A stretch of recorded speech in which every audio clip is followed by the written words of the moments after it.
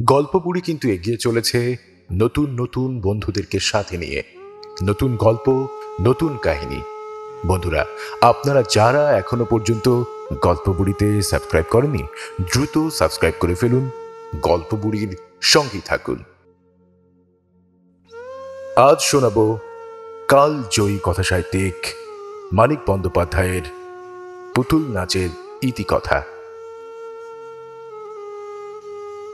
খালের ধারে প্রকাণ্ড বটগাছের গুড়িতে ঠ্যাস দিয়া হারু ঘোষ দাঁড়াইয়াছিল। আকাশের দেবতা সেইখানে তাহার দিকে চাহিয়া কটাক্ষ করিলেন। হারুর মাথায় কাঁচা পাকা চুল আর মুখে বসন্তের দাগ ভরা রুক্ষ চামড়া ঝলসিয়া পুড়িয়া গেল। সে কিন্তু কিছুই টের পাইল না। শতাব্দীর পুরাতন টটিনির মুখ অবচেতনার সঙ্গে 51 বছরের আত্মমর্যাদায় গড়িয়ে তোলা চিন্ময় জগৎটি তাহার চোখের পলকে লুপ্ত হইয়া গিয়াছে। কটাক্ষ করিয়া আকাশের দেবতা দিগন্ত কাঁপাইয়া এক হুঙ্কার ছাড়লেন।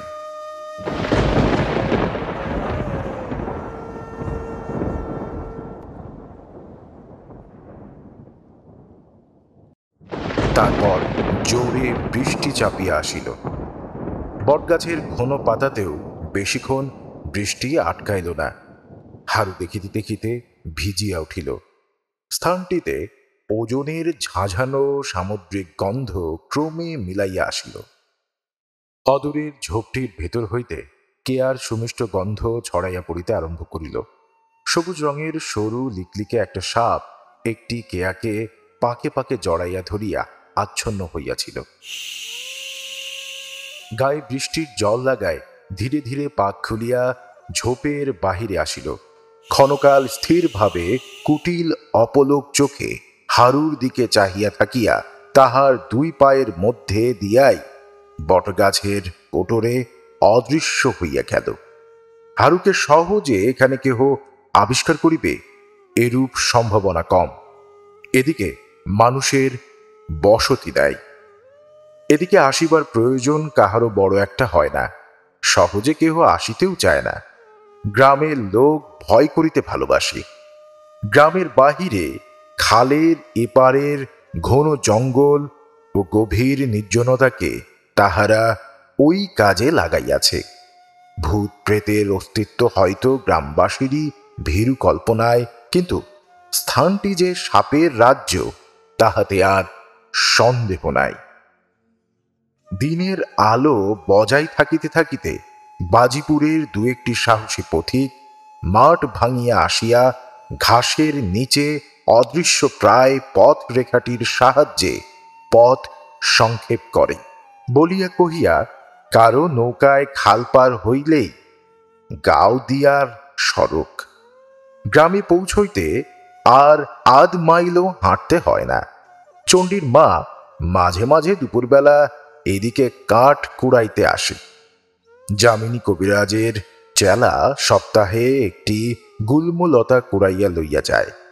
কার্তিক অগ্রহায়ণ মাসে ভিন গায়ের সাপুড়ে কখনো সাপ ধরিতে আসে।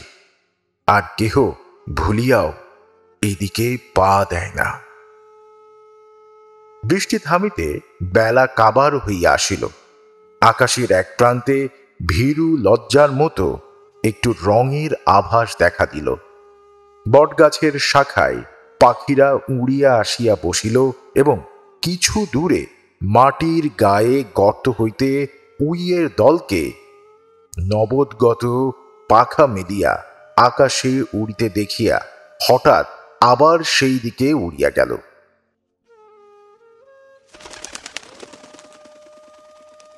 হারুর স্থায়ী নিস্পন্দনায় সাহস পাইয়া গাছের কাঠবিড়ালিটি একসময় নিচে নামিয়া আসিল। ওইদিকে বুদি গাছের জালে একটা গিরগিটি কিছুক্ষণের মধ্যেই অনেকগুলি পোকা আয়ত্ত করিয়া ফেলিল। মরা শালিকের বাচ্চাটিকে মুখে করিয়া সামনে আসিয়া ছপছপ করিয়া পার হইয়া যাওয়ার সময় একটা শেয়াল বার বার মুখ ফিরিয়া হারুকে দেখিয়া গেল। ওরা টের পায়। কেমন করিয়া টের পায় কে জানে। শশী বলিল, নৌকা ওইদিকে সরিয়ে নিয়ে যা গোবর্ধন, ওই শ্যাওড়া গাছটার কাছে। হ্যাঁ হ্যাঁ হ্যাঁ, এখান দিয়ে নামানো যাবে না? বটগাছটার সামনাসামনি খালের পাড় অত্যন্ত ঢালু, বৃষ্টিতে পিছল হইয়া থাকে। গোবর্ধন লগি ঠেলিয়া নৌকা পাশের দিকে সরাইয়া লইয়া গেল। আধ মাইল তফাতে নদীর জল 24 ঘন্টায় 3 হাত বাড়িয়াছে। খালের স্রোত বড় কম নয়। শ্যাওড়া গাছের একটা ডাল ধরিয়া ফেলিয়া নৌকা স্থির করিয়া গোবর্ধন বলিল, আপনি লায়ে বসবে সে বাবু, আমি লাভাচ্ছি। শশী বলিল, দূর হ হতভাগা, তোকে ছুঁইতে নেই। গোবর্ধন বলিল, সুলাম্বা, কে জানছে আপনি ও ধ্বংস মরাটাকে লাভাতে পারবে কেন? শশী ভাবিয়া দেখিল কথাটা মিথ্যা নয়। পড়িয়া গেলে হারুর সর্বাঙ্গ কাদামাখা হইয়া যাইবে। তার চেয়ে গোবর্ধন ছুঁইলে সবের আর এমন কি বেশি অপমান? অপঘাতে মৃত্যু হইয়াছে, মুক্তি হারুর গোবর্ধন ছুঁইলেও নাই, না ছুঁইলেও নাই। আয় তবে, দুজনে ধরেই নামায়, গাছের সঙ্গে টেনে নৌকা বাঁধ। সরে গিয়ে এলে মুশকিল হবে। আচ্ছা, আলুটা আগে জেলে নে গোবর্ধন, অন্ধকার হয়ে এলো। আলো জ্বালিয়া শ্যাওড়া গাছের সঙ্গে নৌকা বাঁধিয়া গোবর্ধন উপরে উঠিয়া গেল। দুজনে ধরাধরি করিয়া হারুকে তাহারা সাবধানে নৌকায় নামাইয়া আনিল। শশী একটা নিঃশ্বাস ফেলিয়া বলিল,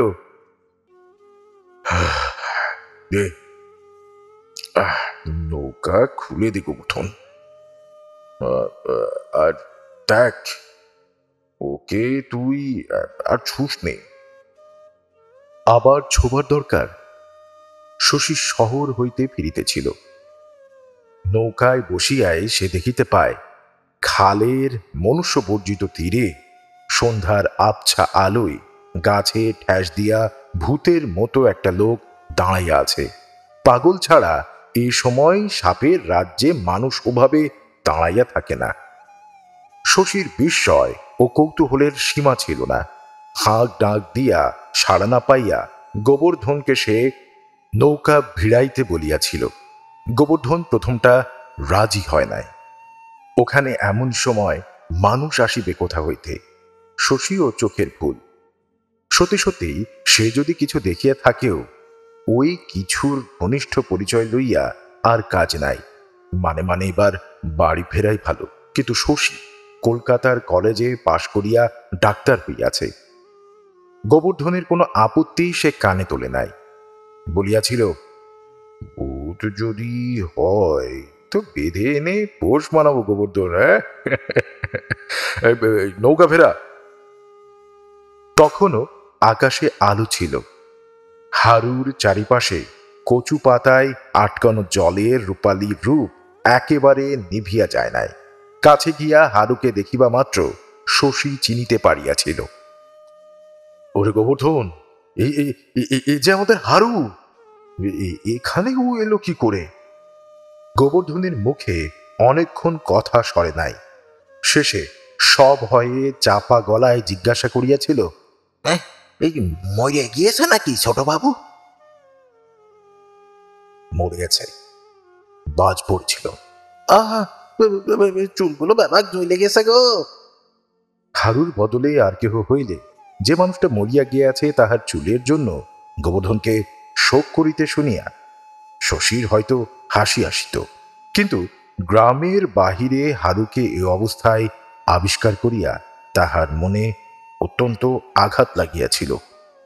হারুর ছেলে মেয়ে আছে, আত্মীয় স্বজন, বন্ধু আছে। সকলের চোখের আড়ালে একটা গাছের নিচে ওর একা একা মরিয়া যাওয়া কি শোচনীয় দুর্ঘটনা! গোবর্ধনের কথায় তাহার মন আরো বিষণ্ণ হইয়া গেল। গোবর্ধনের বুকের মধ্যে ঢিপ ঢিপ করিতেছিল। এইখানে দাঁড়িয়ে থেকে আর কি হবে ছোটবাবু? গায়ে খপর দিকে চলো। হুম হুম, এমনি ভাবে ফেলে রেখে চলে যাব গোবর্ধন? তার আর করছো কি? গা থেকে লোকজন নিয়ে ফিরতে ফিরতে শেয়াল যদি টানাটানি আরম্ভ করে দেয়।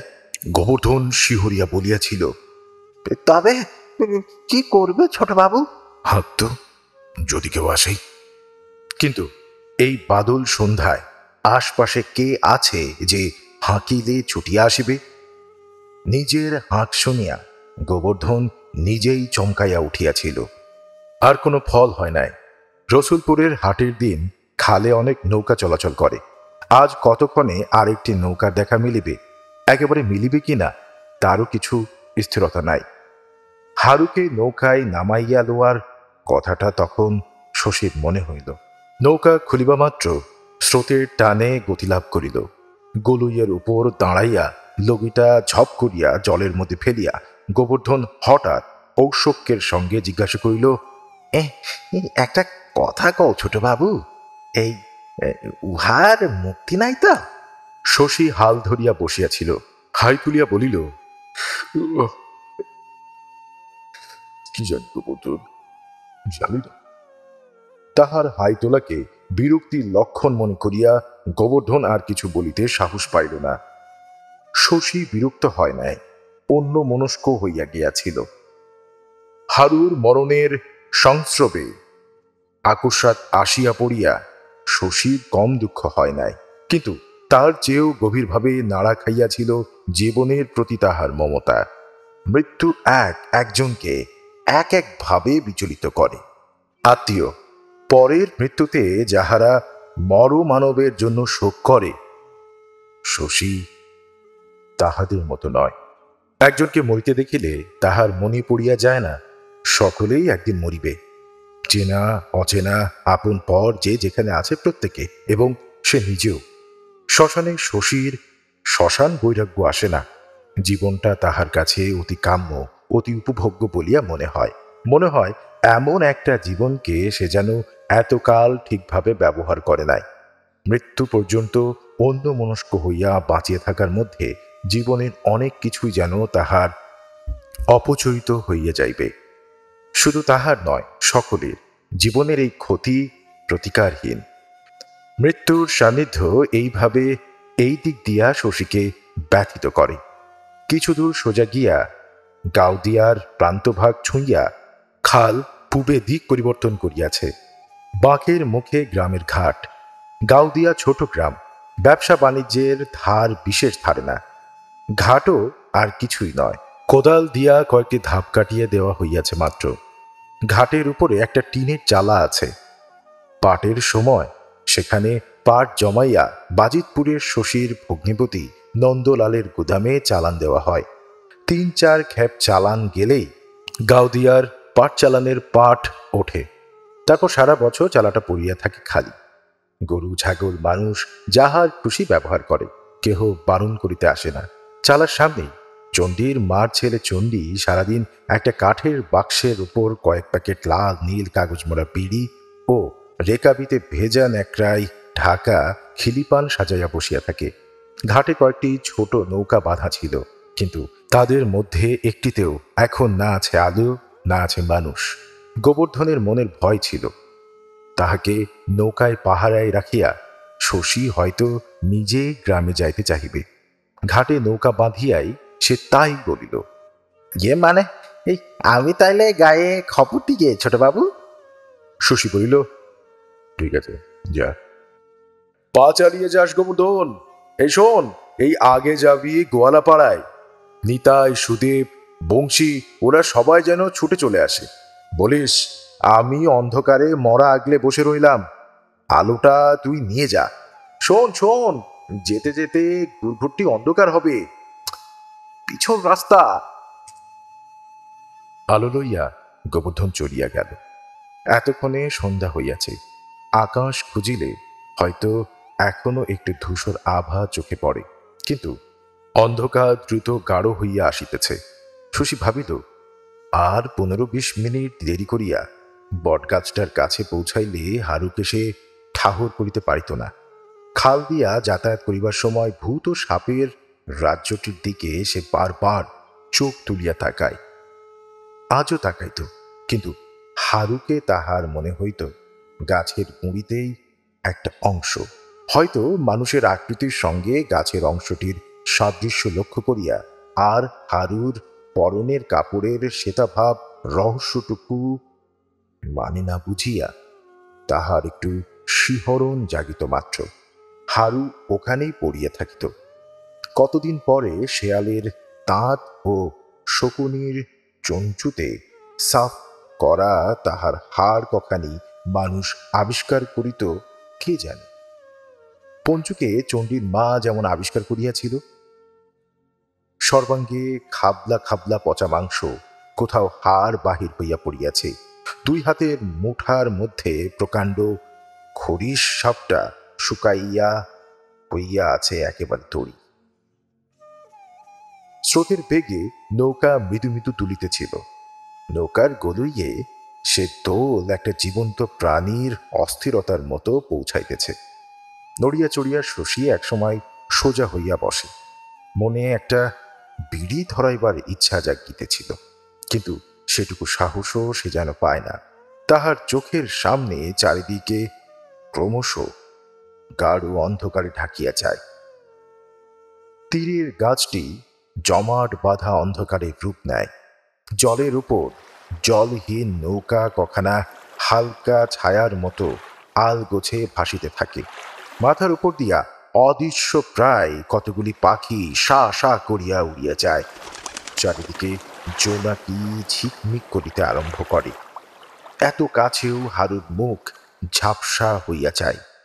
তাহার মুখখানা ভালো করিয়া দেখিবার চেষ্টা ব্যর্থ হইয়া সে যে মরিয়া গিয়াছে, এই সত্যটি শশী যেন আবার নতুন করিয়া অনুভব করে। ভাবে মরিবার সময় হারু কি ভাবিয়াছিল কে জানে। কোন কল্পনা, কোন অনুভূতির মাঝখানে তাহার হঠাৎ ছেদ পড়িয়াছিল। মেয়ের জন্য পাত্র দেখিতে হারু বাজিতপুর গিয়াছিল, এটা শশী জানিত। পথ সংক্ষেপ করিবার জন্য ওই বিপথে সে পাড়ি জমাইয়াছিল। পথ তাহার সংক্ষিপ্তই হইয়া গেল, পাড়িও জমিল ভালোই। ঘণ্টা দুই পরে গোটা তিনেক লণ্ঠন সঙ্গে করিয়া হারুর ৭-৮ জন স্বজাতি আসিয়া পড়িল। নিস্তব্ধ ঘাটটি মুহূর্তে হইয়া উঠিল মুখরিত। শশী সংগ্রহে জিজ্ঞাসা করিল, নিতাই, নিতাই এসেছে? নিতাই? নিতাই সাড়া দিল, আগে এই যে আমি ছোটবাবু। নিতাইয়ের দায়িত্বজ্ঞান প্রসিদ্ধ। শশী অনেকটা ভরসা পাইল। হারুর বাড়িতে খবর দেওয়া হয়েছে নিতাই? হয়েছে ছোটবাবু। আলু উঁচু করিয়া ধরিয়া সকলে তাহারা ভিড় করিয়া হারুকে দেখিতে লাগিল। গোবর্ধনের কাছে ব্যাপারটা তাহারা আগাগোড়া শুনিয়াছিল, শশীর কাছে আর একবার শুনিল। তারপর ঘাটের খাঁজের ওপর উবু হইয়া বসিয়া আরম্ভ করিয়া দিল জটলা। কিছুক্ষণের মধ্যেই শশীর মনে হইল হারুর পরলোক গমন ওদের কথার মধ্যেই এতক্ষণে শোচনীয় হইয়া উঠিতেছে। বর্ষণ ক্ষান্ত বিষণ্ণ রাত্রে কালীপড়া লণ্ঠনের মৃদু রঙিন আলোয় হারুর জীবনের টুকরো টুকরো ঘটনাগুলি যেন দৃশ্যমান ছায়াছবির রূপ গ্রহণ করিয়া চোখের সামনে ভাসিয়া আসিতে লাগিল। হারুর পরিবারের ক্ষতি ও বেদনার প্রকৃতি উপলব্ধি যেন এতক্ষণে শশী আয়ত্ত করিতে পারিল। সে বুঝিতে পারিল সংসারে হারু যে কতখানি স্থান শূন্য রাখিয়া গিয়াছে, এই অশিক্ষিত মানুষগুলির মনের মাপকাঠি দিয়াই তাহার পরিমাপ সম্ভব। এতক্ষণ হারুর অপমৃত্যুকে সে বুঝিতে পারে নাই। হারুকে সে আপনার জগতে তুলিয়া লইয়াছিল। সেখানে শূন্য করিয়া রাখিয়া যাওয়ার মতো স্থান হারু কোনোদিন অধিকার করিয়াছিল কিনা সন্দেহ। নীরবে শশী অনেকক্ষণ তাহাদের আলোচনা কান পাতিয়া শুনিল। শেষে রাত বাড়িয়া যাইতেছে খেয়াল করিয়া বলিল, তোমরা তাহলে আর বসে থাকো না নিতাই। রসিকবাবুর বাগান থেকে বাঁশ কেটে এনে একটা মাচা বেঁধে ফেলো। নিতাই প্রশ্ন করিল, সোজা মশান বিলে নিয়ে যাব কি ছোটবাবু? শশী বলিল, না, ওর বাড়িতে একবার নামাতে হবে। হারুকে সোজাসুজি শ্মশানে লইয়া গেলে অনেক হাঙ্গামা কমিত, কিন্তু হারুর মেয়ে মতির জ্বর। সকলে শ্মশানে আসিলেও সে আসিতে পারিবে না। তাহাকে একবার না দেখাইয়া হারুকে পোড়াইয়া ফেলিবার কথাটা শশী ভাবিতেও পারিতেছিল না। মতির কাছে খবরটা এখন কয়েকদিনের জন্য চাপিয়া যাওয়ার বুদ্ধিও বাড়ির কাহারও হইবে কিনা সন্দেহ। মতি জানিতে পারিবে তাহারই জন্য বর খুঁজিতে গিয়া ফিরিবার পথে হারু অপঘাতে প্রাণ দিয়াছে। জ্বর গায়ে এই বর্ষার রাত্রে হয়তো সে শ্মশানে ছুটিয়া আসিবে। জোর করিয়া বাড়িতে আটকাইয়া রাখিলে আর সকলকেই হয়তো সে ক্ষমা করিবে, নিয়তিকে পর্যন্ত, কিন্তু শশীকে সে সহজে মার্জনা করিবে না। বলিবে, আপনি থাকতে আমাকে একটিবার না দেখিয়ে বাবাকে ওরা পুড়িয়ে ফেলেছিল গো। রসিকবাবুর বাগান হইতে বাঁশ কাটিয়া আনিয়া মাচা বাঁধা হইল। তারপর হারুকে মাচায় শোয়াইয়া হরিবল বলিয়া মাচাটা তাহার এক কাঁধে তুলিয়া লইল। শশী কহিল, এখন তোমরা হরিবল দিও না, হারু শ্মশান যাত্রা করেনি, বাড়ি যাচ্ছে। কথাটা এমন করিয়া শশী ইচ্ছা করিয়াই বলে নাই। নিজের কথায় নিজেই চোখ দুটি তাহার সজল হইয়া উঠিল। রাস্তাটি চওড়া মন্দ নয়, কিন্তু কাঁচা। বর্ষাকালে কোথাও এক হাঁটু কাদা হয়, কোথাও এঁটেল মাটিতে বিপজ্জনক রকমের পিছল হইয়া থাকে। গরুর গাড়ির চাকাতেই রাস্তাটির সর্বনাশ করে সবচেয়ে বেশি। বর্ষার পর কাদা শুকাইলে মনে হয় আগাগোড়া যেন নাঙল দিয়া চষিয়া ফেলা হইয়াছে।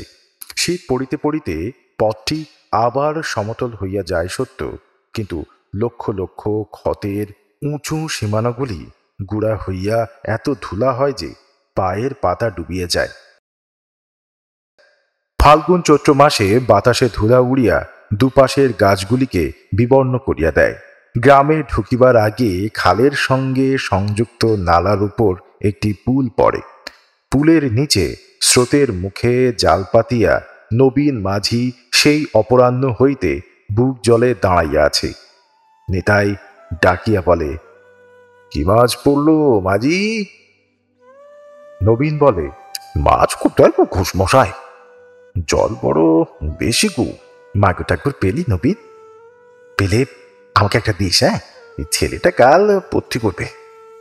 নবীন মিথ্যা জবাব দেয়, বলে, জলে তেড়িয়ে কি মিশা কথা কইছি, এত জলে মাছ পড়ে না। এদিকে 3 হাত ফাঁক রয়েছে, দেখছনি? হারুর মরণের খবরটা সে শান্তভাবে গ্রহণ করে, বলে, এই বছর জানো ঘোষমশাই, অদেষ্ট সবার মন্দ। 3 বর্ষা নামতো না, এর মধ্যে জল কামড়াইতে নেগেছে। দিন নাই রাত নাই, জল স্থলে নবীনের কঠোর জীবন সংগ্রাম। দেহের সঙ্গে মনও তাহার হাজিয়া গিয়াছে। হারুর অপমৃত্যুতে বিচলিত হওয়ার সময় তাহার নাই, অথচ এদিকে মমতাও জানে 10 বছরের ছেলেটা বিকাল হইতে পুলির ওপর ঠাঁই দাঁড়াইয়া আছে। জলে নামিয়া বাপের মতো সেও মাছ ধরিতে চায়, কিন্তু নবীন কোনো মতে অনুমতি দেবে না। রেতে লয় বাপ, জ্বর হবে, কাল বিয়ানে আসিস। বিহানে জল রইবেনি বাবা? রইবেনি আবার? তোর ডুবো জল হবে জানিস? পুল পার হইয়া কিছু দূর অবধি রাস্তার 2 পাশে শুধু চষা ক্ষেত, তারপর গ্রাম আরম্ভ হইয়াছে। এদিকে বসতি কম। রাস্তার দক্ষিণে ঝোপঝাড়ের বেষ্টনীর মধ্যে পৃথক কয়েকটা ভাঙাচোরা ঘর বৃষ্টিতে ঘরে বাইরে ভিজিয়াছে। ওখানে 7 ঘর বাগদি বাস করে। গ্রামের ছেলে মেয়েদের মধ্যে ওরাই সবচেয়ে গরিব, সবচেয়ে ছোট লোক, সবচেয়ে চোর। দিনে ওরা যে গৃহস্থের চাল মেরামত করে, রাতে সুযোগ পাইলে তাহারই ভিটায় শীত দেয়। কেহ না কেহ ওদের মধ্যে 6 মাস 1 বছর জেলেই পড়িয়া আছে। ছাড়া পাইবার পর গ্রামে ফিরিয়া বলে, শ্বশুর ঘরতে ফিরুম দাদা, বেশ ছিলাম গো। একটু পার হয়ে গেলে বসতি ঘন হইয়া আসে। বাড়ি ঘরের উন্নত অবস্থা চোখে পড়ে। পথের দুদিকেই 2-1টি শাখা পথ পাড়ার দিকে বাহির হইয়া যাইতে আরম্ভ করিয়াছে দেখা যায়। মাঝে মাঝে কলা বাগান, সুপারি বাগান ও ছোট ছোট বাঁশঝাড় ডাইনি বায়ে আবির্ভূত হয়। আম বাগানকে অন্ধকারে মনে হয় অরণ্য। কোনো কোনো বাড়ির সামনে কামিনী, গন্ধরাজ ও জবা ফুলের বাগান করিবার ক্ষীণ চেষ্টা চোখে পড়ে। ক্রমে দুই একটা পাকা দালানের সাক্ষাৎ পাওয়া যায়।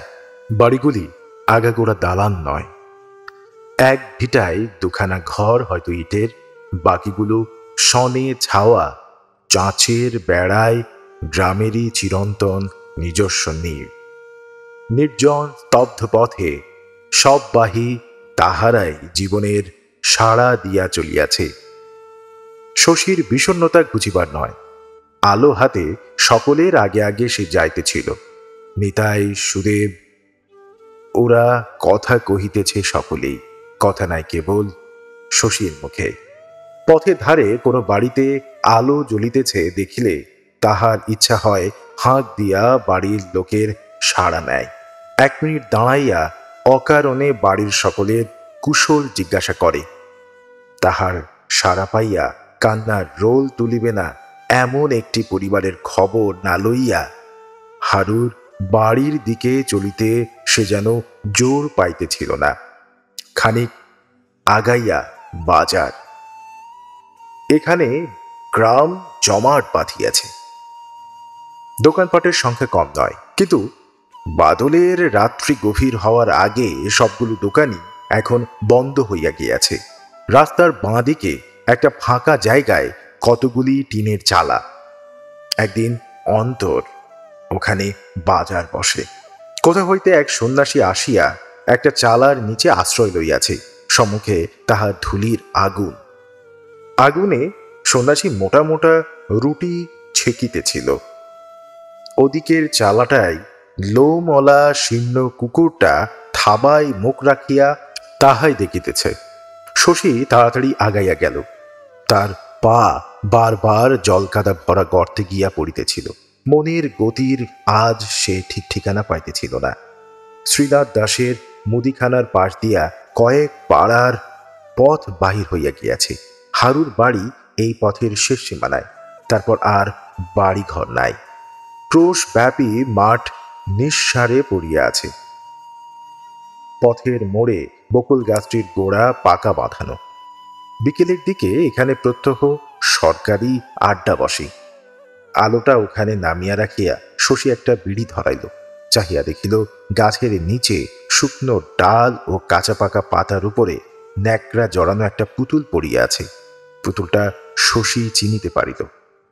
বৈশাখ মাসে বাজিতপুরের মেলায় শ্রীনাথের দোকানে বসিয়া 1 ঘণ্টা বিশ্রাম করার মূল্যস্বরূপ তাহার মেয়েকে পুতুলটা কিনিয়া দিয়াছিল।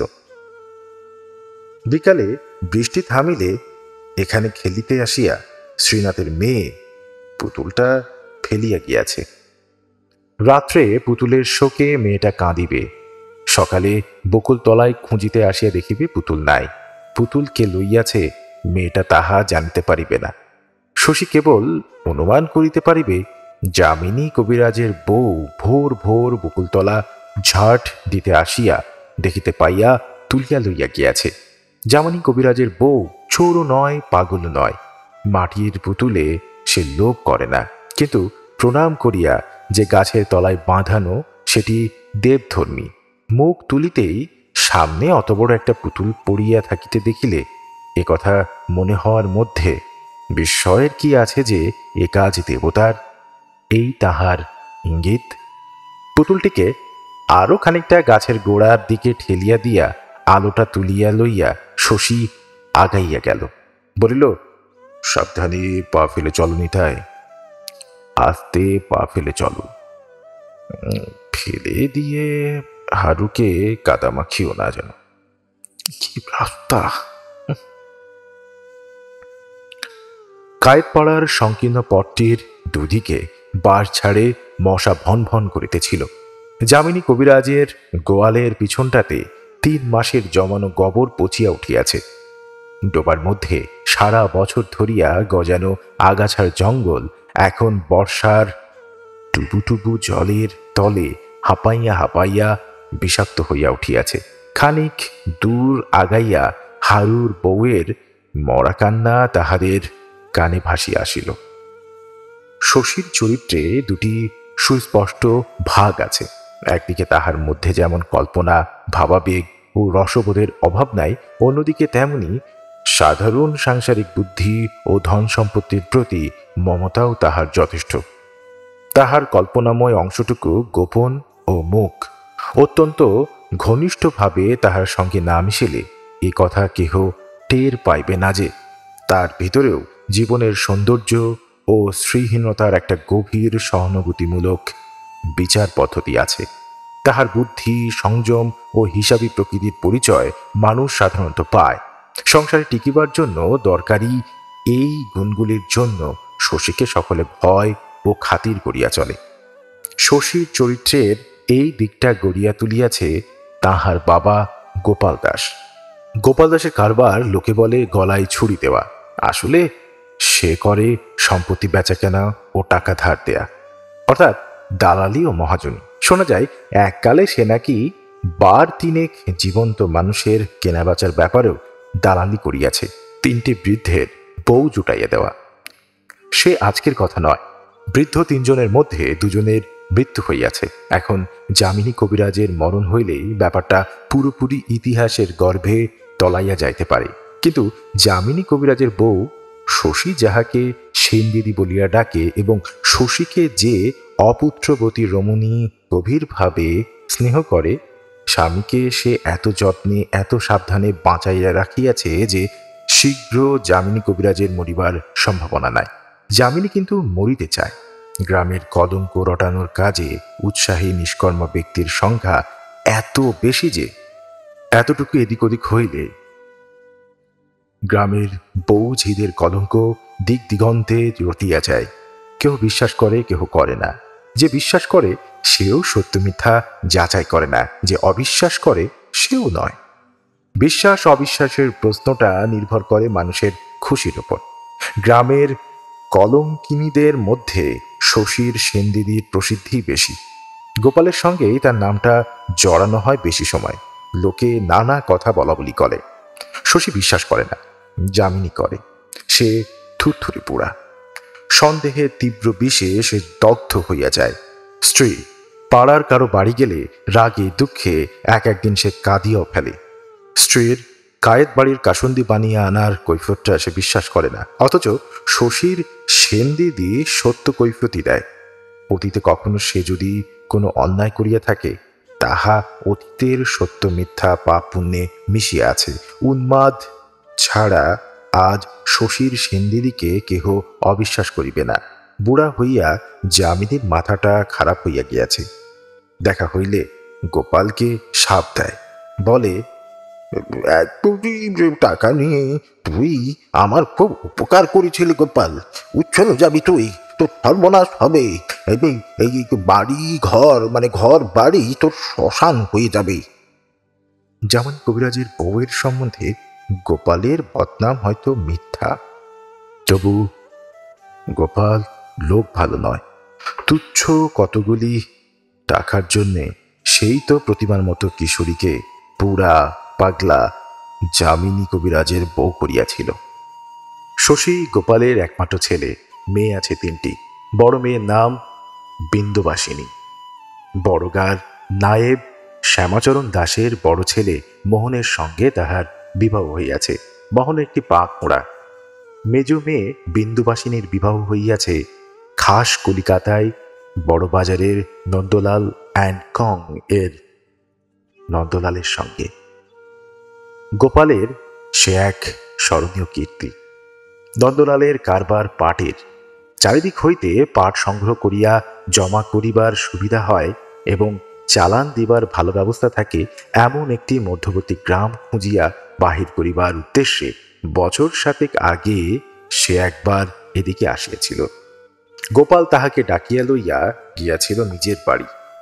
আদর যত্ন করিয়াছিল ঘরের লোকের মতো। তারপর কোথা দিয়া কি হইয়া গেল কে জানে। হয়তো নন্দলালের দোষ ছিল, হয়তো ছিল না। 3 দিন পরে গোপালের অনুগত গ্রামবাসীরা লাঠি হাতে দাঁড়াইয়া বিন্দুর সঙ্গে নন্দলালের বিবাহ দিল। নন্দলালের চাকরটা রাতারাতি বাজিতপুরে পালাইয়াছিল। পরদিন মনিবের উদ্ধারে সে একেবারে পুলিশ লইয়া হাজির হইল। নন্দলাল ইচ্ছা করিলে কিছু কিছু শাস্তি অনেককেই দিতে পারিত। গম্ভীর বিষণ্ণ মুখে পুলিশকে সেই বিদায় করিয়া দিল। তারপর বউ লইয়া সেই যে সে কলকাতায় গেল, গাউদিয়ার সঙ্গে আর কোনো সম্পর্ক রাখিল না। যাই হোক, নন্দলালের কাছে বিন্দুবাসিনী হয়তো সুখেই আছে। গ্রামের লোক সঠিক খবর রাখে না। 7 বছরের মধ্যে বিন্দু একবার মাত্র 3 দিনের জন্য বাপের বাড়ি আসিয়াছিল। গ্রামের ছেলেপুরা তখন ঈর্ষার চোখে চাহিয়া দেখিয়াছিল। অলঙ্কারে অলঙ্কারে বিন্দুর দেহে তিল ধারণের স্থান নাই, একেবারে যেন বাইজি। তবু হয়তো বিন্দু সুখে নাই। নন্দর তো বয়স হইয়াছে, আর একটা স্ত্রী তো তাহার আছে, চরিত্রও সম্ভবত তাহার ভালো নয়। গাউদিয়াবাসী যাহাদের বিবাহিত কন্যাগুলি সারি সারি দাঁড়াইয়া চোখের জলে ভাসে, তারা ভাবে হয়তো বিন্দু সুখে নাই, ভাবিয়া তাহারা তৃপ্তি পায়। কেহ মুখ ফুটিয়া মনের কথা বলিয়াও ফেলে। গোপাল শুনিতে পাইলে অস্ফুট স্বরে বলে, লক্ষ্মী ছাড়ার দল। এমনি বাপের শাসনে শশী মানুষ হইয়াছিল।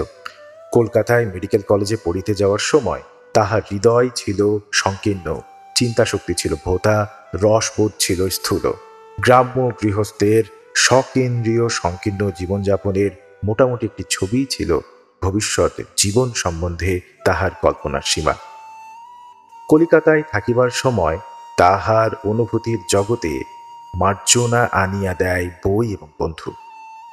বন্ধুটির নাম কুমুদ, বাড়ি বরিশালে, লম্বা কালো চেহারা, বেপরোয়া খ্যাপাটে স্বভাব। মাঝে মাঝে কবিতাও কুমুদ লিখিত। কলেজে সে প্রায়ই যাইত না। হোস্টেলে নিজের ঘরে বিছানায় চিত হইয়া শুইয়া যত রাজ্যের ইংরেজি বাংলা নভেল পড়িত, কথকতার মতো হৃদয়গ্রাহী করিয়া ধর্ম, সমাজ, ঈশ্বর ও নারীর বিরুদ্ধে যা মনে আসিত বলিয়া যাইত, আর টাকা ধার করিত শশীর কাছে। শশী প্রথমে মেয়েদের মতোই কুমুদের প্রেমে পড়িয়া গিয়াছিল। ওকে টাকা ধার দিতে পারিলে সে যেন বর্তিয়া যাইত। কুমুদ প্রথমে তাহাকে বিশেষ আমল দিত না, কিন্তু অনেক দুঃখ, অপমান ও অভিমান চুপচাপ সহ্য করিয়া শশী তাহার অন্তরঙ্গতা অর্জন করিয়াছিল। সেটা তাহার অনুকরণ করার বয়স। এই একটিমাত্র বন্ধুর প্রভাবে শশী একেবারে বদলাইয়া গেল। যে দুর্গের মধ্যে গোপাল তাহার মনকে পুড়িয়া সিল করিয়া দিয়াছিল, কুমুদ তাহা একেবারে ভাঙিয়া ফেলিতে পারিল না বটে, কিন্তু অনেকগুলি জানালা দরজা কাটিয়া বাহিরের আলো বাতাস আনিয়া দিল। অন্ধকারের অন্তরাল হইতে মনকে তাহার বাহিরের উদারতায় বেড়াইতে যাইতে শিখিয়া দিল। প্রথমটা শশী একটু উদ্ভ্রান্ত হইয়া গেল। মাথা ঘামাইয়া ঘামাইয়া জীবনকে ফেনাইয়া ফাঁপাইয়া মানুষ এমন বিরাট ব্যাপার করিয়া তুলিয়াছে, জানিবার এত বিষয়, উপভোগ করিবার এত উপায়, বিজ্ঞান ও কাব্য মিশিয়া এমন জটিল, এমন রসালো মানুষের জীবন। তারপর গ্রামে ডাক্তারি করিতে বসিয়া প্রথমে সে যেন হাঁপাইয়া উঠিল। জীবনটা কলিকাতায় যেন বন্ধুর বিবাহের বাজনার মতো বাজিতেছিল, সহসা স্তব্ধ হইয়া গিয়াছে। এইসব অশিক্ষিত নরনারী, ডোবা পুকুর, বন জঙ্গল, মাঠ, বাকি জীবনটা তাহাকে এখানেই কাটাইতে হইবে নাকি? ওহ ভগবান, একটা লাইব্রেরি পর্যন্ত যে এখানে নাই। ক্রমে ক্রমে শশীর মন শান্ত হইয়াছে। সে তো গ্রামেরই সন্তান। গ্রাম্য নরনারীর মধ্যে গ্রামের মাটি মাখিয়া, গ্রামের জলবায়ু শুষিয়া সে বড় হইয়াছে। হৃদয় ও মনের বরণ আসলে তাহার গ্রাম্য। শহর তাহার মনে যে ছাপ দিয়াছিল তাহা মুছিবার পারিল কুমুদ ও বউয়ের কল্যাণে পাওয়া বহু বৃহত্তর আশা আকাঙ্ক্ষাও ক্রমে ক্রমে সে চিন্তা ও কল্পনাতে পর্যবসিত করিয়া ফেলিতে লাগিল। এ সুদূর পল্লীতে হয়তো সে বসন্ত কখনো আসিবে না যাহার কোকিল পিয়ানো, সুবাস এসেন্স, দক্ষিণা ফ্যানের বাতাস। তবু শশীর মনকে সে বাঁধিয়া রাখিবে। দীর্ঘ জীবন পড়িয়া আছে বিপুলা পৃথিবী। আজ শশী কামিনী ঝোপের পাশে ক্যাম্প চেয়ারে বসিয়া বাঁশঝাড়ের পাতা কাঁপানো ডোবার গন্ধ ভরা ঝিরঝির বাতাসে উন্মনা হোক, কোলের উপর ফেলিয়া রাখা বইখানার দুটি মলাটের মধ্যে কাম্য জীবনটি তাহার আবদ্ধ থাক। একদিন কেয়ারি করা ফুলবাগানের মাঝখানে বসানো লাল টাইলে ছাওয়া বাংলোয় শশী খাঁচার মধ্যে কেনারি পাখির নাচ দেখিবে। দামি ব্লাউজে ঢাকা বুকখানা শশীর বুকের কাছে স্পন্দিত হইবে। আলো, গান, হাসি, আনন্দ, আভিজাত্য কিসের অভাব তখন থাকিবে শশীর? কায়েতপাড়ার পথটি 3 ভাগ অতিক্রম করিয়া গেলে শশীর বাড়ি। হারুর বাড়ি পথের একেবারে শেষে। এই হারিপোষ খালের ধারে বটগাছের তলে যে সেদিন অপরাহ্নে বজ্রঘাটে মরিয়া গিয়াছে, মতির জ্বর কমে নাই। সন্ধ্যার সময় শশী তাহাকে দেখিতে গেল। সারাদিন শশীর সময় ছিল না। সন্ধ্যার সময় হারুর বাড়িতে প্রদীপ জ্বলে নাই। হারুর বউ মোক্ষদা, হারুর ছেলে পরাণের বউ কুসুমের ওপর ভারী খাপ্পা হইয়া উঠিয়াছিল। ব্যাপারটা বুঝিয়া দেখো। গৃহস্থ বাড়ি, সন্ধ্যা আসিয়াছে, বাড়িতে একটা বউ আছে, অথচ সন্ধ্যা প্রদীপ জ্বলে নাই। গলায় দড়ি দিয়া বউটা মরিয়া যায় না কেন? কুসুম গিয়াছিল ঘাটে। ফিরিয়া আসিয়া জলের কলসি নামাইয়া ধীরে সুস্থে সে কাপড় ছাড়িল। তারপর জ্বালিতে গেল প্রদীপ। তাহার নিলজ্জ ধীরতা মোক্ষদাকে একেবারে খেপাইয়া তুলিল। কুসুমের হাত হইতে প্রদীপটা ছিনাইয়া লইয়া রান্নাঘরে গিয়া উনানে পাটখড়ি ধরাইয়া সে প্রদীপ জ্বালিল। তারপর তাড়াতাড়ি পার হইতে গিয়া শুকনো উঠানে সে কেমন করিয়া পড়িয়া গেল কে জানে। কুসুম হাসিয়া উঠিল সশব্দে। তারপর আঁচলটা কোমরে জড়াইয়া মোক্ষদাকে আর কোলে শূন্যে তুলিয়া শোবার ঘরের সামনে দাওয়ায় নামাইয়া দিল। 23 বছরের বাজা মেয়ে, গায়ে তাহার জোর কম নয়।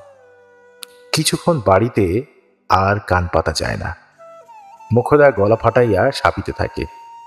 ছেলে কোলে বুচি ব্যাপার জানিতে আসিলে ছেলেটা তাহার জুড়িয়া দেয় কান্না। ওদিকে ঘরে মুচির মুমূর্ষ পিসি বিছানায় উঠিয়া বসিয়া আত্মস্বরে বলিতে থাকে, কি হলো রে বাবুচি, ও কুসুম, কি হলো রে? হে ভগবান, কেউ কি সারাতে পেয়ে? বড় ঘরের অন্ধকারে মতি শুইয়াছিল। সেও আবার ক্ষীণকণ্ঠ যতটা পারে উঁচু তুলিয়া ব্যাপার জানিতে চায়। অবিচল থাকে শুধু কুসুম। দাওয়ার নিচে খানিকক্ষণ চুপচাপ দাঁড়াইয়া সে মোক্ষদার গাল শোনে। তারপর রান্নাঘর হইতে একটা জ্বলন্ত কাঠ আনিয়া ঢুকিতে যায় শোবার ঘরে। আঘাতের বেদনা ভুলিয়া মোক্ষদা হাউ হাউ করিয়া ওঠে। ও কি লো বউ, ও কি? ঘরে দৌড়ে আগুন দিবি নাকি? আগুন দেব কেন মা? পিলসুজের প্রদীপটা জ্বালবো। উনুনের কাঠ এনে প্রদীপ জ্বালবি? দেখ বুঝি, দেখ মেলো হারামজাদি, ঘরের মধ্যে চিতা জেলে দিতে চললো সে, দেখ। কুসুম চোখ পাকিয়ে বলল, গাল দিও না বলছি, অত করে গাল দিও না। আম পাতা দেখছো না হাতে? কাঠ থেকে যদি দ্বীপ জ্বালাবো, পাতা নিয়ে যাচ্ছি কি চিবিয়ে খাবো বলে নাকি? মোক্ষদা গলা নামাইয়া বলে, গাল তো তোমায় আমি দিইনি বাছা, দিয়ে যে বুঝি কে? কুসুমকে এ বাড়ির সকলে ভয় করে। এই বাস্তবিকতাটুকু ছাড়া হারু ঘোষের সর্বস্ব কুসুমের বাবার কাছে আজ বাঁধা আছে 7 বছর। একবার গিয়া কাঁদিয়া পড়িলেই সে দিবে নালিশ ঠুকিয়া। এরা সব তখন যাইবে কোথায়? তাই বলিয়া কুসুম সেসব সময় বাড়ির লোকগুলিকে শাসন করিয়া বেড়ায় তা নয়, বরং অনেকটা সে নিরীহ সাজিয়াই থাকে। বকাবকি করিলে সবসময় কানেও তোলে না, নিজের মধ্যে ঘরের কাজ করিয়া যায়। কাজ করিতে ভালো না লাগিলে খিড়কির দরজা দিয়া বাহির হইয়া গিয়া তালবনে তালপুকুরের ধারে ভূপতিত তাল গাছটার গুড়িতে চুপচাপ বসিয়া থাকে। উনানে ডাল ভাত একটা কিছু চাপাইয়া হয়তো যায়। বাড়ির লোকে তাহার অনুপস্থিতি টের পায় পোড়া গন্ধে। মেজাজের কেহ তার হদিস পায় না। কতখানি সে সহ্য করিবে, কখন রাগিয়া উঠিবে, আজ পর্যন্ত তাহা ঠিকমতো বুঝিতে না পারিয়া সকলে একটু বিপদগ্রস্ত হইয়া থাকে। পাড়ার লোকে বলে, বউ তোমাদের যেন একটু পাগলাটে, না গো পরাণের মা? মোক্ষদা বলে, একটু কেন মা, বেশ পাগল। পাগলের বংশ যে, ওর বাপ ছিল না, পাগল হয়ে 2 বছর শেকল দিয়ে বেঁধে রাখত। ঘরে ঢুকিয়া কুসুম প্রদীপ জ্বালিল। গাল ফুলাইয়া সবে সে শাঁখে 3বার ফুঁ দেওয়া শেষ করিয়াছে, উঠানে শোনা গেল শশীর গলা। বিছানার কাছে গিয়া কুসুম বলিল, সন্ধে হতে না হতে খোঁজ নিয়ে এসেছে মতি। মতি কোনো জবাব দিল না। কুসুম আবার বলিল, অমতি, শুনছিস? সন্ধে প্রদীপ জ্বালাতে না জ্বালাতেই দেখতে এসেছে, দরদ কত। ভারী জলচৌকিটা অবলীলা ক্রমে তুলিয়া লইয়া গিয়া সে দাওয়ায় পাতিয়া দিল। বলিল, জ্বর কমেছে? পৌঁছে এখন? মোক্ষদা বলিল, মতি আবার ঘুমোলো গো, এই মাত্র সারা পেলাম যে। শশী বলিল, তোমার শাকের শব্দ মতির ঘুম ভাঙল না পরাণের বউ?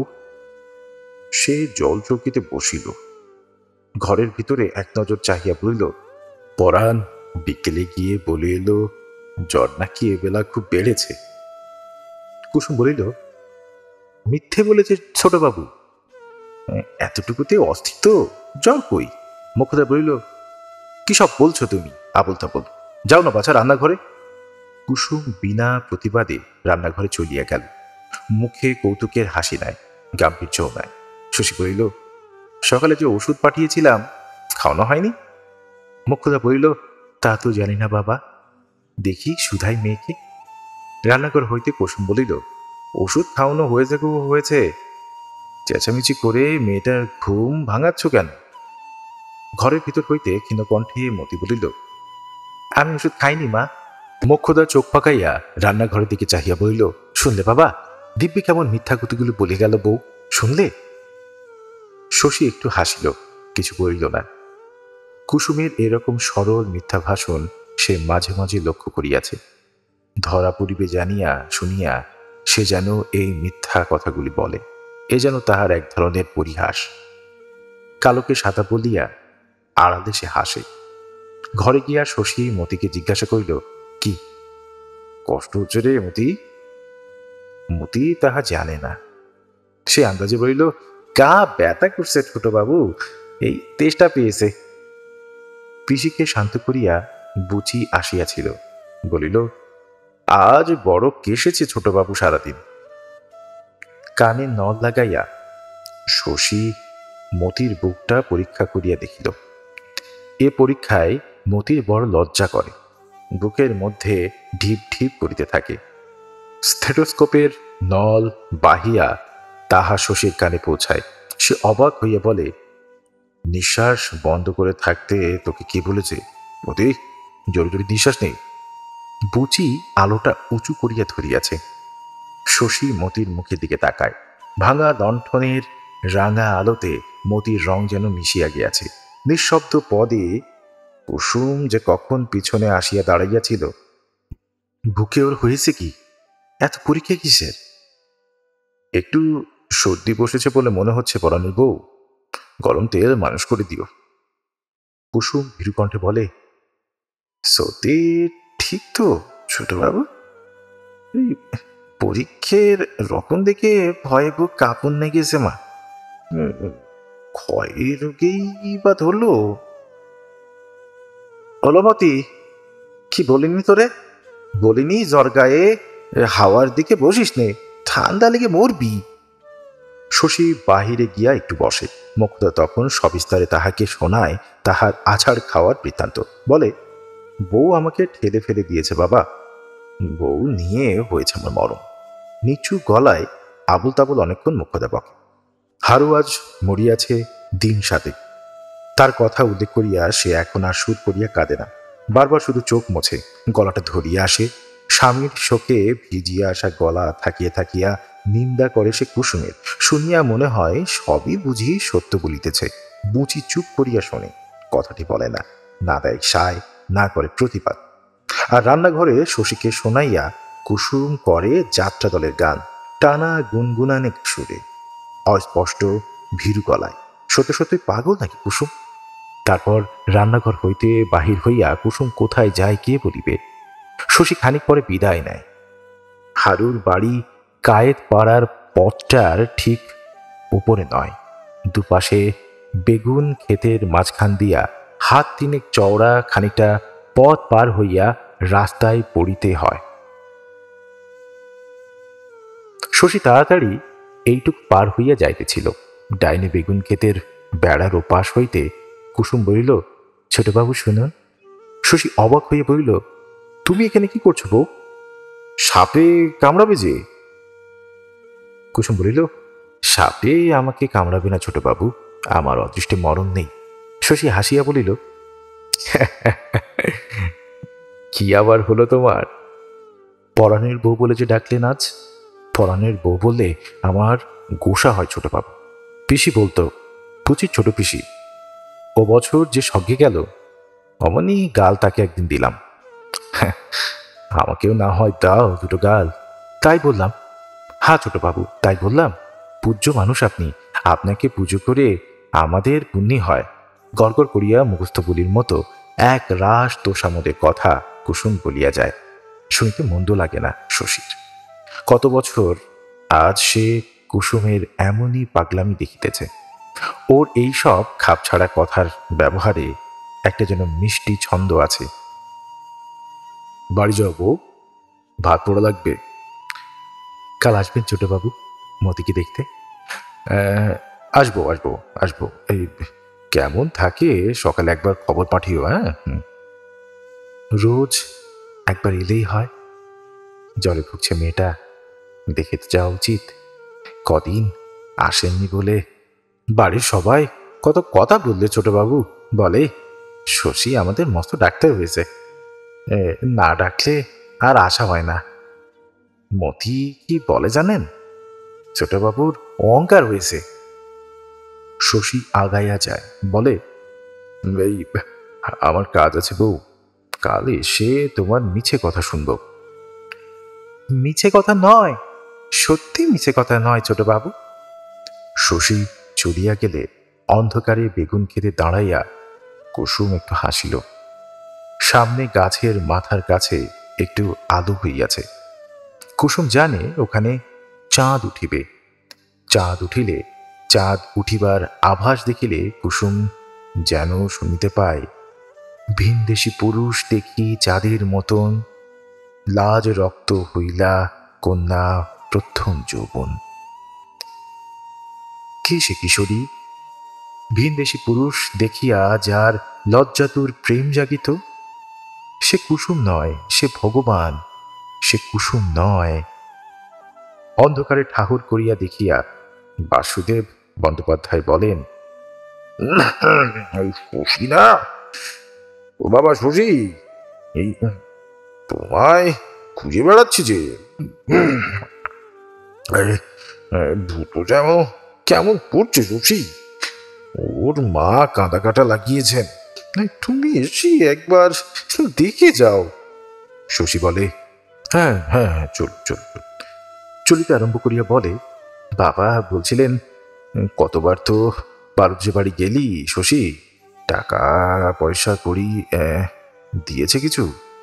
দুটো একটা কলের টাকা না দিলে তো বিপদে পড়ি কাকা। কত মিথ্যে বলবো বাবার কাছে। পয়সা করির ব্যাপার জানেন তো বাবার, একটি পয়সা এদিক ওদিকে হবার জো নাই। বাসুদেব লজ্জা পাইয়া বলেন, শশীর টাকা কালই পৌঁছাইয়া দিয়া আসিবেন শশীর বাড়িতে, নিজে যাইবেন। শশী ভাবে, আজ নয় কেন? মুখে সে কিছু বলে না। বাসুদেবের বাড়ি কম দূর নয়। শ্রীনাথের দোকান ছাড়াইয়া রজনী সরকারের পাকা দালানের পাশ দিয়া বামুন পাড়া পর্যন্ত গড়ানো সাপের মতো আঁকামাকা পথের মাঝখান হইতে দক্ষিণ দিকে ঝোপঝাড়ের ভেতর দিয়া পায়ে চলা যে সংকীর্ণ রাস্তাটুকু পোয়াটে গিয়া মাঠের মধ্যে হারাইয়া গিয়াছে, তার শেষাশি। কদিন বৃষ্টি হয় নাই। এই বছরের মতো বর্ষা শেষ হইয়াছে, পথের কাদা কিন্তু শুকায় নাই। জুতা হাতে করিয়া বাসুদেবের বাড়ি পৌঁছাইয়া শশী পা ধুইল। বাসুদেবের ছোট ছেলে ভূতর বয়স বছর 10। 7-8 দিন আগে গাছের মগডাল হইতে পড়িয়া গিয়া হাত পা দুটোই ভাঙিয়া গিয়াছিল। তারপর জ্বরে বিকারে অজ্ঞান হইয়া জীবনমুক্তির সন্ধিক্ষণে আসিয়া পড়িয়াছে। শশী তাহাকে সদর হাসপাতালে পাঠাইতে বলিয়াছিল, এরা রাজি হয় না। হাসপাতালের নামে ভূতর মা টুকরাইয়া কাঁদিয়া উঠিয়াছিল। ছেলেকে চৌকাঠের বাহিরে নিলে সে বিষ খাইয়া মরিবে। তারপর শশী প্রাণপণে ভূতর চিকিৎসা করিতেছে, দিনে 2বার 3বার আসে। ভূতর শিওরে তার মা লক্ষ্মীমণি মৃদুস্বরে কাঁদিতেছিলেন। বড় 2 ছেলে, 2 বিবাহিতা মেয়ে, 3টি বউ ঘরের মধ্যে ভিড় করিয়া দাঁড়াইয়াছিল। বড় বউটি বিধবা, ঘুমটা দিয়া ভূতকে সে বাতাস করিতেছিল। মায়ের পরে এ বাড়িতে দুরন্ত ছেলেটাকে সেই হয়তো ভালোবাসে সকলের চেয়ে বেশি। 2 চোখ দিয়া তাহার দরদ করিয়া জল পড়িতেছে। ভূতর অবস্থা দেখিয়া শশীর মুখ ম্লান হইয়া গেল। ছেলেটা বাঁচিবে না এই সন্দেহ তাহার ছিল, তবু দুপুরবেলা ওকে দেখিতে গিয়া একটু আশা তাহার হইয়াছিল বৈকি। একবেলায় অবস্থাটা যে এরকম দাঁড়াইবে সে তাহা ভাবিতেও পারে নাই। ছেলেটার সর্বাঙ্গে সে জড়াইয়া ব্যান্ডেজ বাঁধিয়াছিল, নড়িবার উপায় তাহার নাই। এখন থাকিয়া থাকিয়া মুখ শুধু বিকৃত হইতেছে। শশীর গলা এমনই মৃদু, এখন আরো মৃদু শোনাইল। একটু আগুন চাই সেঁক দিবার, গরম কাপড় যদি এক টুকরো থাকে। বিধবা বউটি মালসায় আগুন আনিল। একটা আলুয়ান ভাঁজ করিয়া শশীর নির্দেশ মতো ভূতর বুকে সেঁক দিতে লাগিল। শশী তাহাকে একটা ইঞ্জেকশন দিয়া একটু অপেক্ষা করিল। বারবার চোখের ভেতরটা লক্ষ্য করিয়া দেখিল, নাড়ি টিপিল। তারপর নীরবে উঠিয়া আসিল। সকলে এতক্ষণ শ্বাসরোধ করিয়াছিল। শশীর উঠিয়া আসার ইঙ্গিতে ঘরে তাহাদের সমবেত কান্না একেবারে ভাঙিয়া পড়িল। বিধবা বউটি পাগলের মতো ছুটিয়া আসিয়া শশীর পথ রোধ করিয়া বলিল, না, তুমি যেতে পারবে না শশী, আমার ভূতুকে বাঁচিয়ে যাও, যাও আমার ভূতুকে বাঁচিয়ে। ও যে আমার জন্যে জাম আনতে গাছে উঠেছিল শশী। শশী কি বলিবে, সে গম্ভীর হইয়া থাকে। তারপর পথ পাইলে বাহির হইয়া যায়। জুতা হাতে করিয়া সে নামিয়া যায় পথে। পায়ে চলা পথটির শেষেও সে কান্নার শব্দ শুনিতে পায়। শ্রীনাথ দাসের মুদি দোকানের সামনে বাঁশের বাতার তৈরি বেঞ্চিতে বসিয়া কয়েকজন জটলা করিতেছিল। বোধহয় গল্পে মশগুল থাকায় বাসুদেবের সঙ্গে যাওয়ার সময় শশীকে তাহারা দেখিতে পায় নাই। এবার শ্রীনাথ দেখিতে পাইয়া ডাকিয়া বলিল, একটু বসে যান ছোট বাবু। এই টুলটা ছাড়ু দেখি যোগী মশাই, ছোট বাবুকে বসতে দাও। পঞ্চানন চক্রবর্তী জিজ্ঞাসা করিল, কোথায় গিয়েছিলে শশী? শশী বলিল, বাসুদেব বাড়ুজ্যের বাড়ি, ভূত এইমাত্র মারা গেল। বটে, বাঁচল না বুঝি ছেলেটা? তবে তোমাকে বলি শোনো শশী, ভূত যেদিন পড়ল আছাড় খেয়ে, দিনটা ছিল বৃহস্পতিবার। খবর পেয়ে মনে কেমন পটকা বাঁধল। বাড়ি কি দেখলাম পাঁজি, যা ভেবেছিলাম। ছেলেটা পড়েছে, বারবেলাও খতম। লোকে বলে বারবেলা, বারবেলা কি সবটাই সর্বনেশে বাপু, বিপদ যত ওই খতম হওয়ার বেলা।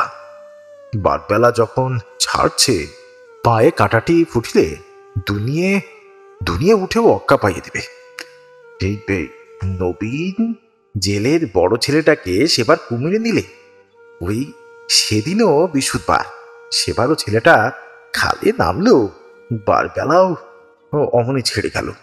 গাউতি আর খালে নাইলে কুমির আছে? খালে কুমির শুধু নয়, ভূতর কথায় ভূতের কথাও আসিয়া পড়িল।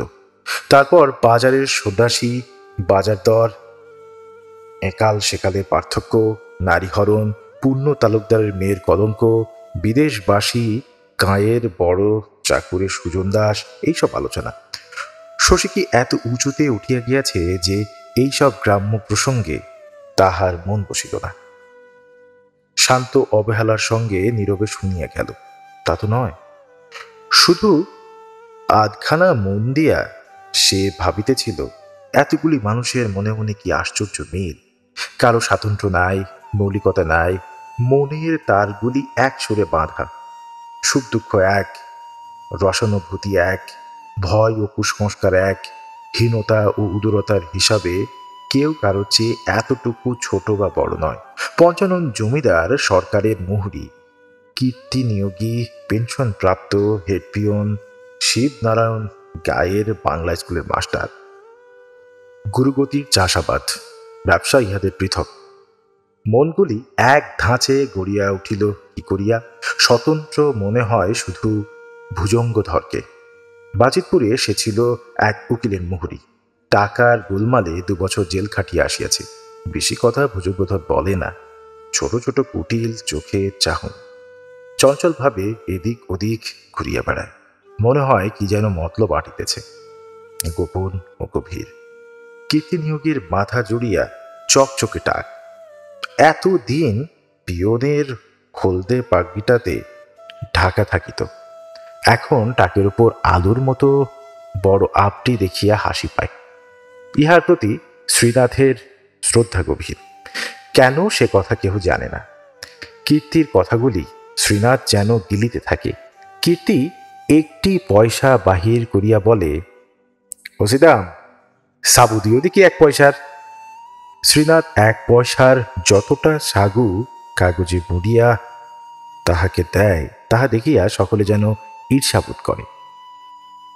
ভুজঙ্গধরের সাপের মতো চোখ দুটিতে কয়েকবার পলক পড়ে না। উপরে ঝলসানো কেরোসিনের আলোটাতে শ্রীনাথের দোকানে আলো মন্দ হয় না।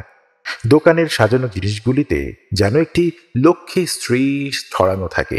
ছোট ছোট চৌকো কাঠের খোপে চাল ডাল, একটা ময়দার বস্তা, বারকোষ বসানো তেলের গাদ মাখা পাত্র, মুড়ি মুড়কির 2টি জ্বালা, হরিণের ছবি আটা দেশলাইয়ের ব্যাগ, একদিকে কাজ বসানো হলদে টিনে সাগু বার্লি, গোল গোল লজেন্স।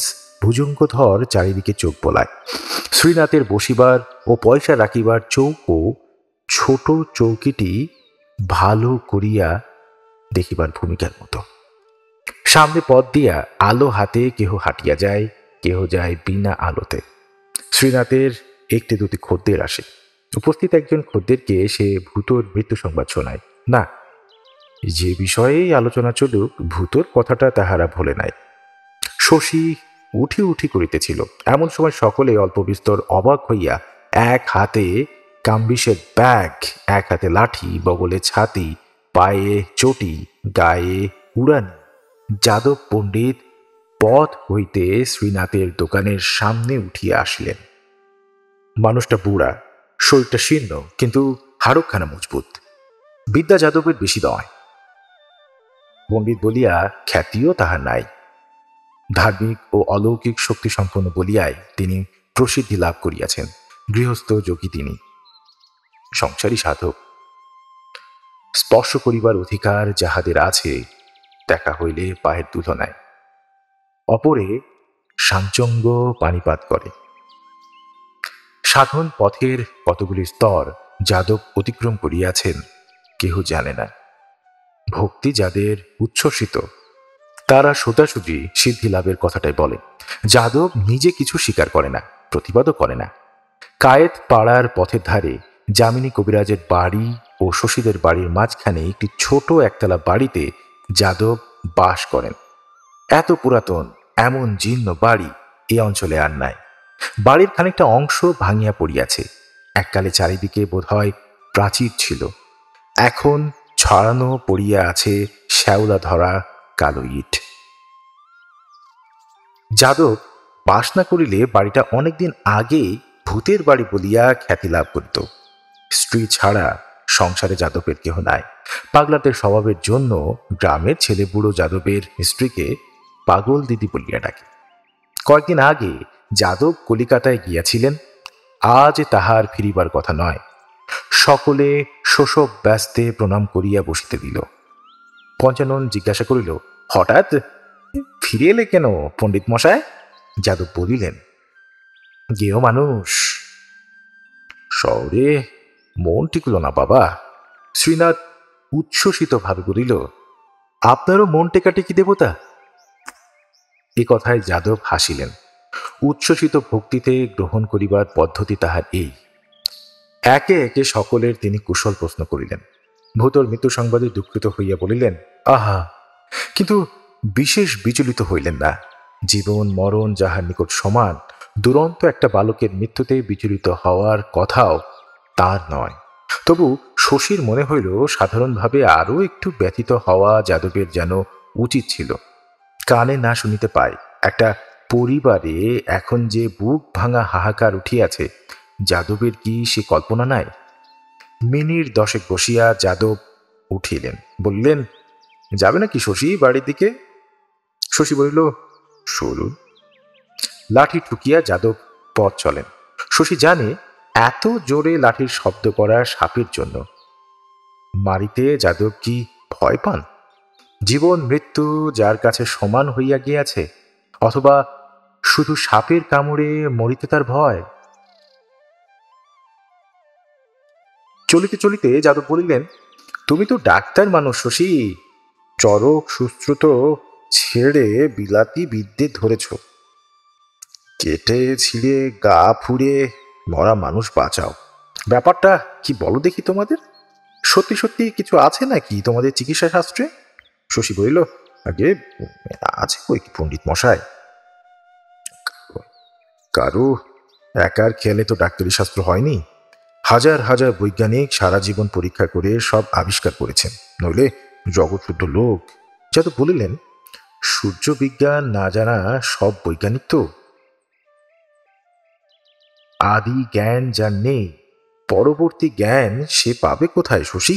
যেমন তোমরা সব একালের ডাক্তার, তেমনি সব কবিরাজ, দৃষ্টিহীন অন্ধ সব। গাছের পাতার রস নিংড়ে ওষুধ করলে গাছের পাতায় ওষুধের গুণ এলো কোথা থেকে? সূর্য বিজ্ঞান যে জানে, সে শেকড় পাতা খোঁজে না শশী। একখানা আতসী কাচের জোরে সূর্য কিরণকে তেজস্কর ওষুধে পরিণত করে রোগীর দেহে নিক্ষেপ করে, মুহূর্তে নিরাময়। মোটা মোটা বই পড়ে ছুরি কাঁটা চালাতে শিখে কি হয়? মনে মনে শশীর আগে গ্রাম্য মনের অপরিত্যাজ্য সংস্কারে সেও যাদবকে ভক্তি কম করে না। তাই সাই না দিলেও তর্ক সে করিতে পারে না। বাড়ির সামনে আসিয়া যাদব বললেন, কলকাতা থেকে আঙুর এনেছি, দুটি খেয়ে যাও শশী। মুখে বিরুদ্ধ সমালোচনা করিলেও শশীকে যাদব কি স্নেহ করেন? স্নেহ ও বিদ্বেষ যার কাছে সমান, শশী বলিতে পারে না আঙ্গুর খাওয়ার শখ তাহার নাই।